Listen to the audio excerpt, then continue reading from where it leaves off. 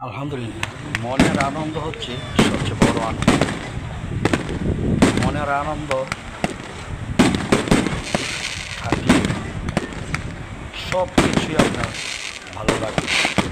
যা কিছু দেখবেন, যা কিছু শুনবেন, যা কিছু খাবেন, যা যেখানে যাবেন, সব কিছু ভালো লাগবে।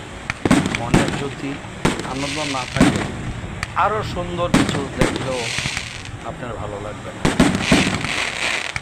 সো 2025 সালে আপনার ভালো লাগা, খারাপ লাগা, যত কিছু আছে সব অতীতকে ভুলে নতুন বছরকে উপলক্ষে পিছনের কথা ভুলে যান। সামনের দিনগুলো আসছে, কীভাবে আপনি সুন্দরভাবে পার করতে পারবেন সেই চিন্তা ভাবনা মাথায় রেখে পিছনের কথা সব ভুলে যান।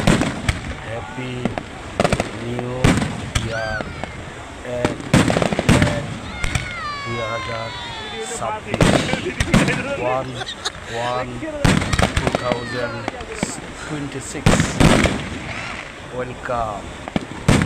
ধন্যবাদ সবাইকে।